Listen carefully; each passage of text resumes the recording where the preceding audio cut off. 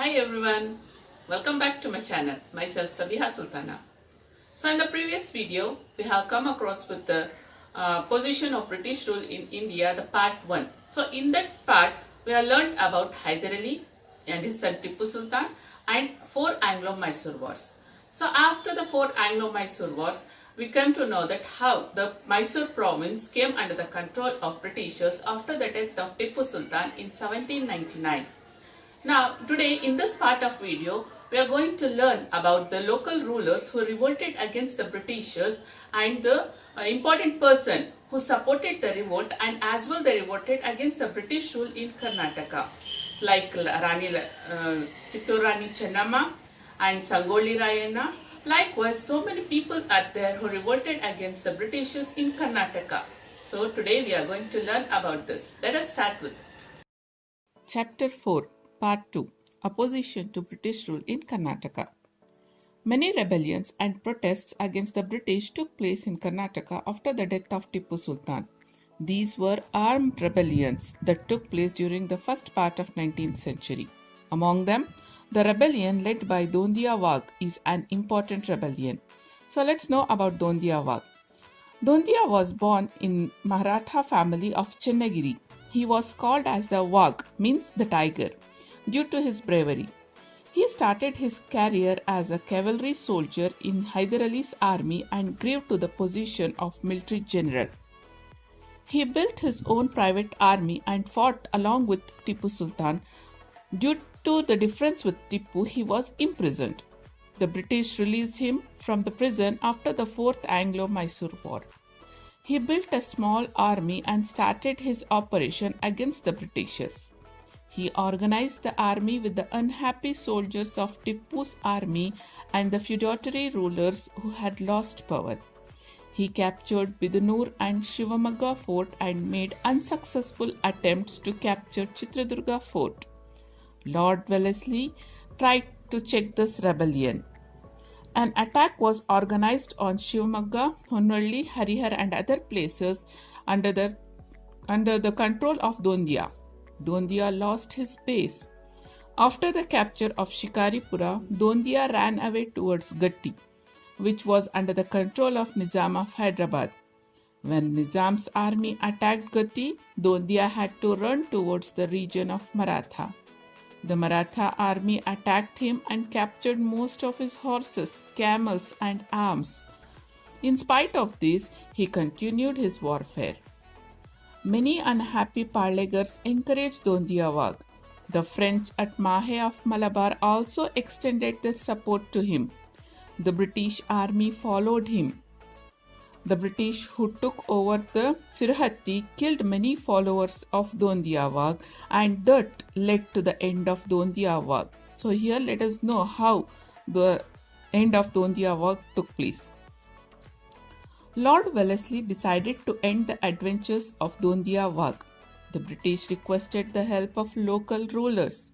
DONDIYA had recaptured Shikaripur fort and he was scattered by British army again. The British tried to defeat the army of DONDIYA, which used to move in the area between Tungabhadra and Malaprabha. They attacked him from all the directions. He was followed by them when he left Raichur. When he was caught in between Maratha army, Nizam's army and the British army, they attacked near Yelaparvi and killed him at Konagal. With the death of their leader, the followers of DONDIYA scattered. The British captured a large chache of arms and ammunition. So this is the end of DONDIYA WAGH. So let's know about another great ruler, the local ruler of Karnataka, as she was a lady.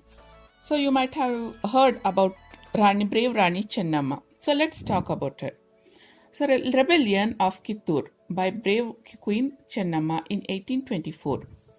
The British brought in many changes in administration after defeating the Marathas, Tipu and even Hyder Ali. Denying the rights of adopted children over the throne was one of such rule. The rebellion led by Chennamma, the Queen of KITTUR, opposing doctrine of lapse policy. It is one of the prominent one. KITTUR lies between the Dharwad and Belagaum. After the death of her Mallasarja, Chennamma, the queen of Mallasarja, took active interest in the administrative matters. After the death of Mallasarja, his elder son Shivalinga Rudra Sarja took over reign of Kittur. Due to his falling health, Chennamma had to take care of day-to-day administration. Shivalinga Rudra Sarja supported the British during Maratha War. As a result, the British entered an agreement with Kittur and collected payment from him. This agreement was entered during the time of Thomas Munro. After the death of Shivalinga Rudra Sarja, Chennamma adopted a boy named Shivalingappa and started ruling Kittur as a queen regent. Then the Thackeray was the collector and the political agent of the British in Dharwad.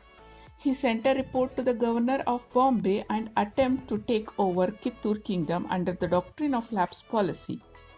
He attempted to take over the treasury and fort under his control. Chennamma considered war as inevitable. She prepared for the war. Meanwhile, the British also prepared themselves for the war. In the battle, Thackeray was shot dead. Many Britishers were taken as the prisoners of war. The British attacked Kittur again under the leadership of Colonel Deek. The army fought the battle bravely.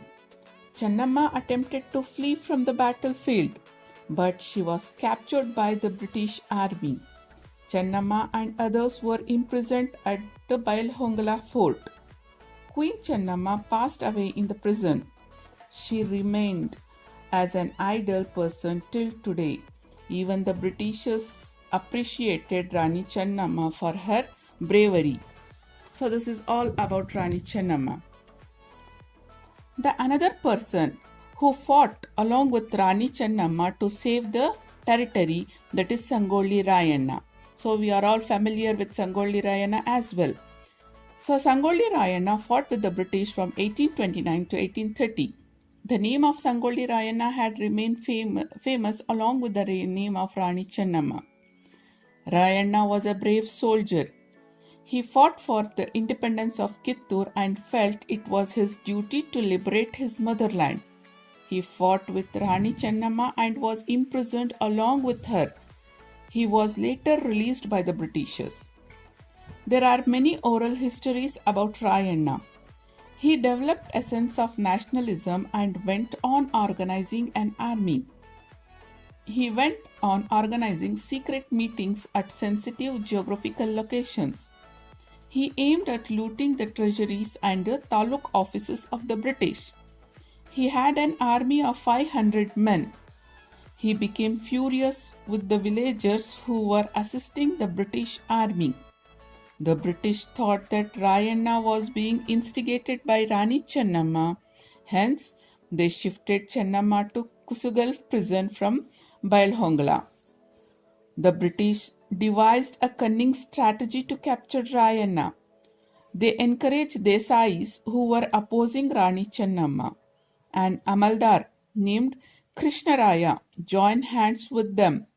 Thus Rayanna was cunningly captured and brought down to Dharwad.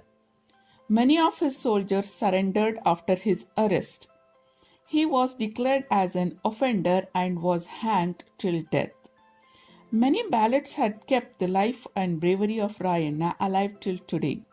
So this is the effort of Rayanna, like Rani Chennamma, to protect their places, that is regional place. Like the rebellion of Kittur, still there are few more rebellions took place in Karnataka. So likewise the rebellion of Kodagu. Let's know about the rebellion of Kodagu. The rebellion of Kodagu is also called as AMARA SULYA. This rebellion was basically a farmers' rebellion. This rebellion need to be understood in the backdrop of political situation prevailed in coastal Karnataka and Kodagu region during 1835 to 1837. The British dethroned the ruler of Kodagu, Chikkaveera Rajendra of Haleri districts in 1834. He was later transferred to Vellore through Bangalore and later to Kashi. This incident created political instability in Kodagu. Swami Aparampara, Kalyanaswamy and Puttabassappa organized a rebellion against this. All the three declared that they are part of Halleri dynasty that ruled Kodagu. Swami Aparampara assumed the leadership of the rebellion first. He was captured in 1834 and was shifted to Bangalore. Similarly, Kalyanaswamy was captured in 1837 and even he also placed in the Mysore prison. So likewise, these two were captured by the Britishers, but later on, another person named Puttabassappa, he took over the leadership. Now let's know about Puttabassappa. The people of Lower Kodagu continued the rebellion after the capture of Kalyanaswamy. Sulya, Bellary and Puttur, the major places of Kannada region, were part of AMARA Sulya.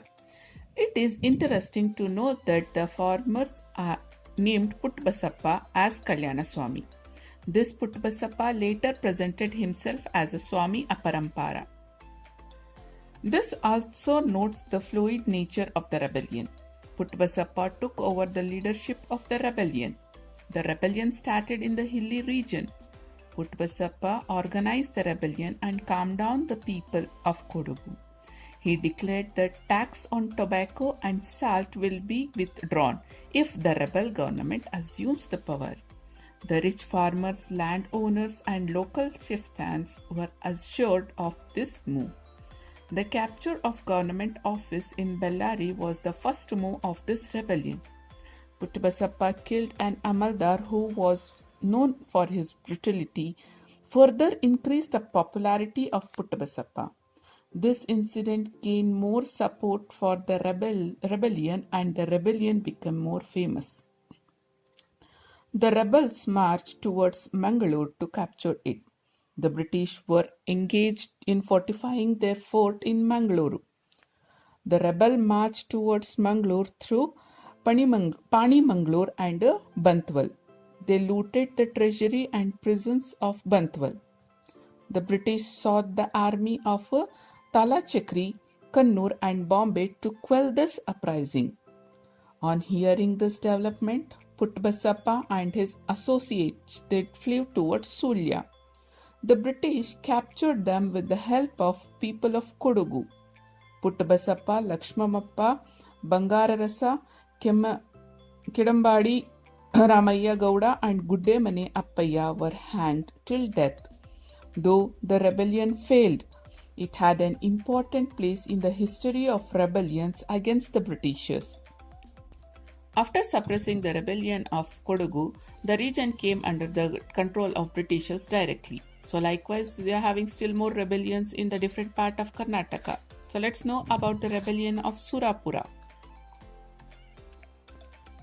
Surapura is at 50 kilometers from the present-day Yadgiri. This was an important place since the rule of Mughals. During the reign of Nizams of Hyderabad and the Marathas, it became a vassal state. Later, most of the territories was lost and Surapura remained restricted to a small territory. During the reign of Venkatappa, it raised a rebellion against the Britishers. Venkatappa came to throne after the death of his father Krishnanayaka. He was born in 1834 and came to throne in an early age.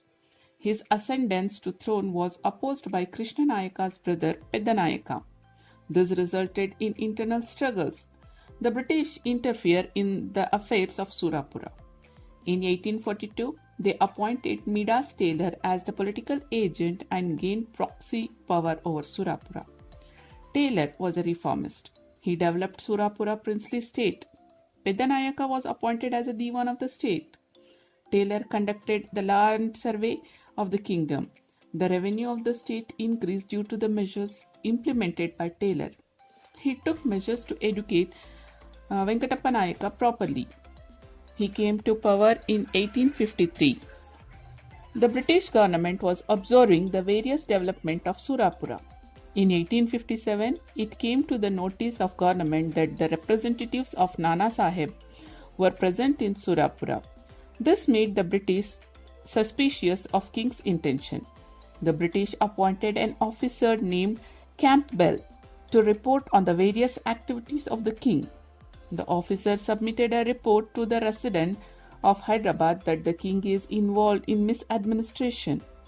Venkatappa Nayaka is usually presented as a leader of 1857 revolution in Karnataka by the historians. The British army captured Surapura in 1858. The war continued.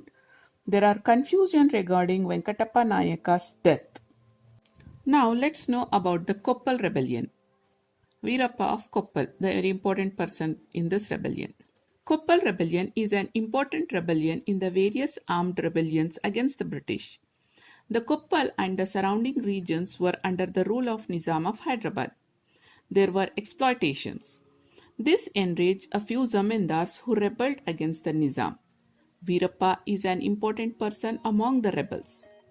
VEERAPPA, who was a zamindar, rebelled against the British and occupied the fort of Koppal and other forts in the vicinity. Many farmers and zamindars supported after realizing his motives.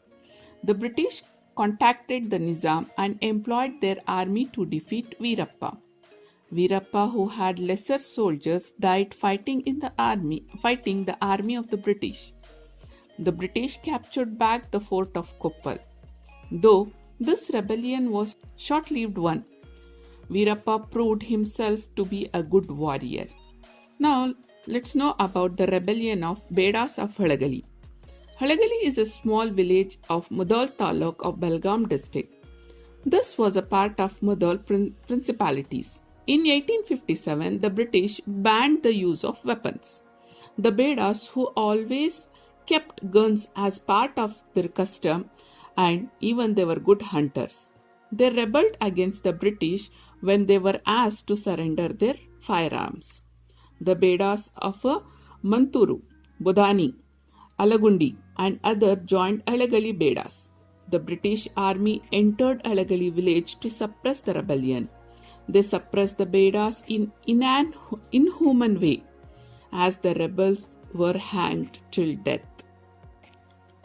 Salute to all the brave souls who stood against the British and fought for our country till their end. This was all about the opposition led by the local rulers of Karnataka and even the very important peoples of Karnataka against the British. To know more about many other rulers who led opposition to British and fought with them, stay tuned. Thanks for watching. Stay home, stay safe.